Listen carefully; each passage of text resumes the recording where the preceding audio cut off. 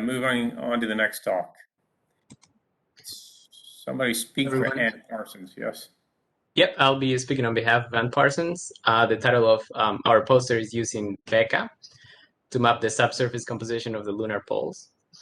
BECA stands for Bulk Elemental Composition Analyzer, and it is a nuclear-based instrument that can non-destructively measure the in-situ abundance and elemental composition in general of the lunar surface and subsurface in an area of about 1 square meter down to approximately 30 to 50 centimeters.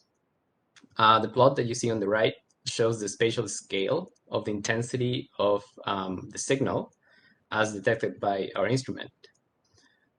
So different elements have different sensitivities, with hydrogen actually having the largest sensitivity of them all, making BECA ideal to map the water resources at the lunar poles. So I look forward to diving into details during the poster session. Thank you.